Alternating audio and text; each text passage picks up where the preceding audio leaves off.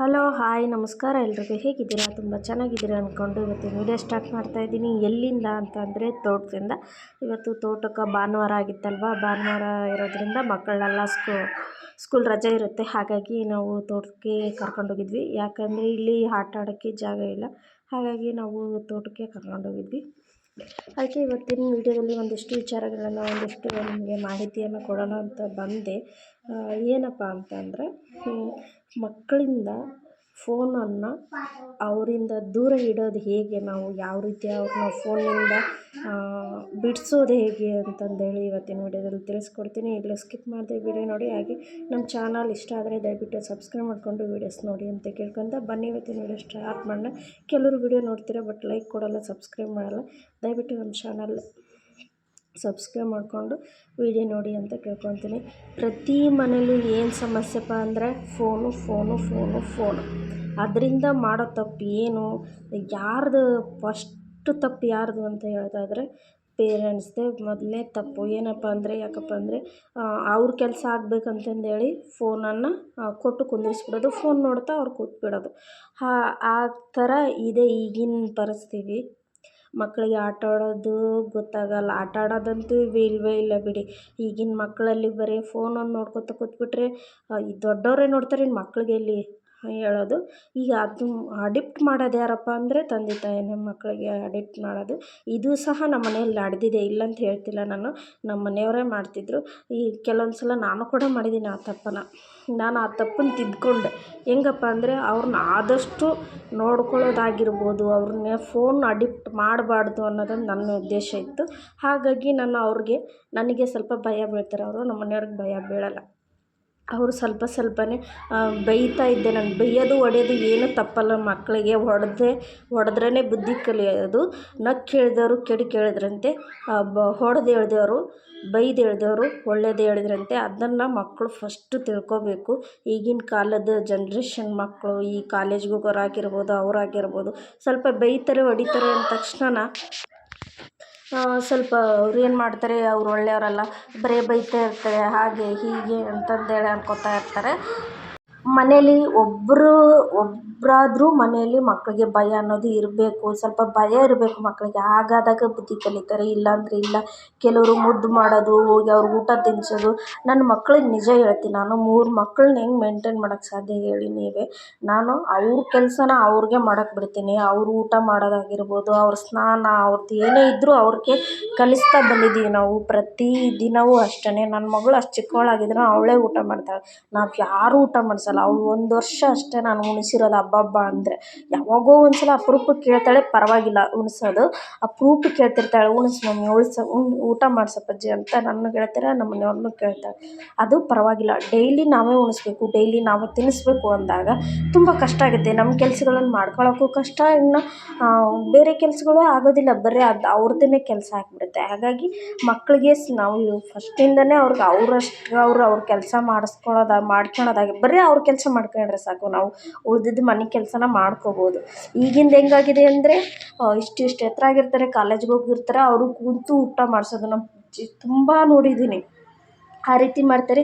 ಈ ತಂದೆ ತಾಯಿನೇ ಆದಷ್ಟು ತಪ್ಪು ಮಾಡೋದು ಅನ್ನಿಸ್ತಾ ಇರುತ್ತೆ. ನನಗೆ ಅನಿಸಿರೋ ಪ್ರಕಾರ ನಾನು ತುಂಬಾ ನೋಡಿಬಿಟ್ಟಿದ್ದೀನಿ. ತುಂಬ ದೊಡ್ಡವ್ರನ್ನ ಕೂಡಿಸ್ಕೊಂಡು ಊಟ ಮಾಡಿಸೋದು.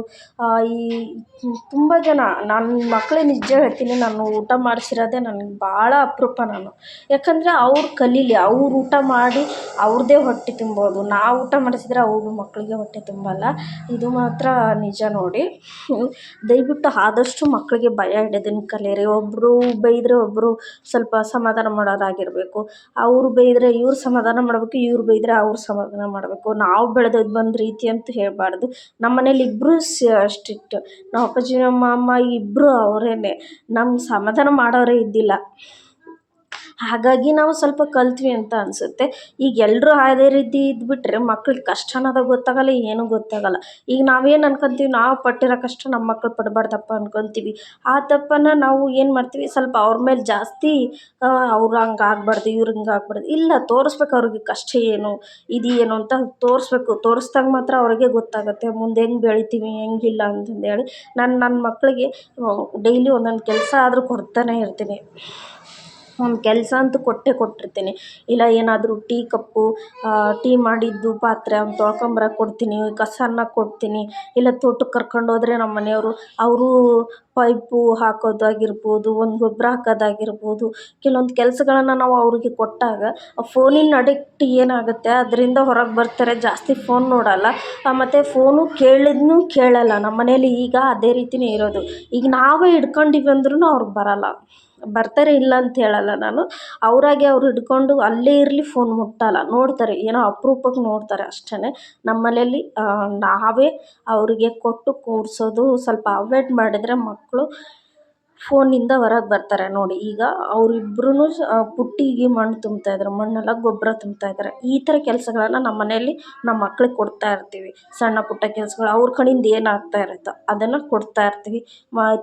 ಅವ್ರಿಗೆ ಸ್ವಲ್ಪ ಆಗಿಷ್ಟು ಈಗಿಷ್ಟು ಚಿಕ್ಕ ಪುಟ್ಟ ಕೆಲಸಗಳನ್ನು ಕೊಟ್ಟರೆ ಅವರು ಸ್ವಲ್ಪ ಖುಷಿಯಿಂದ ಮಾಡ್ತಾರೆ. ನಾವು ಕಲಿಸ್ದಂಗೆ ಇರುತ್ತೆ, ಮಾಡೇ ಮಾಡ್ತಾರೆ. ಸ್ವಲ್ಪ ಭಯ ಕೊಟ್ಟಾದ್ರೆ ಅವ್ರಿಗೆ ಒಂದಿಷ್ಟು ಚಿಕ್ಕ ಇಲ್ಲ ಏನೋ ಅದು ಏನಾದರೂ ವಸ್ತುಗಳನ್ನು ತಗೊಂಬರಕ್ಕೆ ಹೇಳೋದು, ಅದು ಹೇಳೋದು. ಇವಳು ಕೂಡ ಏನಾರು ಹೇಳಿದರೆ ತಂದುಕೊಡೋದು, ಮಾಡೋದು, ನಾನು ಮಾಡ್ತೀನಿ ಅಂತ ಬರ್ತಾಳೆ.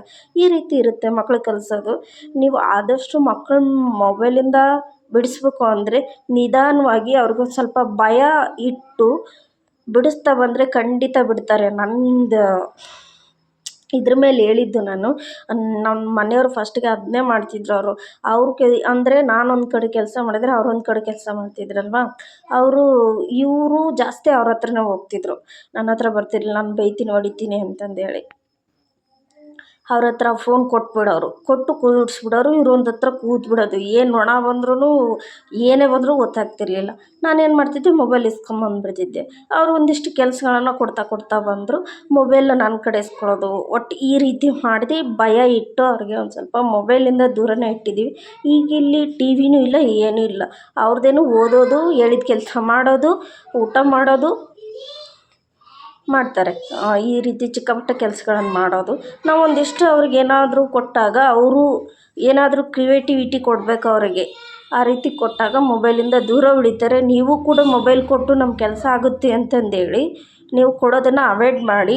ಅವರೇ ಮೊಬೈಲನ್ನು ಬಿಡೋ ಚಾನ್ಸಸ್ ತುಂಬಾ ಇರುತ್ತೆ. ನೀವೇ ನಿಮ್ಮ ಮಕ್ಕಳ ಭವಿಷ್ಯನ ಹಾಳು ಮಾಡಿಬಿಡಿ ಅಂತ ಹೇಳ್ತಾ ಇವತ್ತಿನ ವಿಡಿಯೋ ಇಲ್ಲಿಗೆ ಎಂಡ್ ಮಾಡ್ತಾಯಿದ್ದೀನಿ. Take care, bye bye. ಮತ್ತೆ ಮುಂದಿನ ವಿಡಿಯೋದಲ್ಲಿ ಸಿಗೋಣ.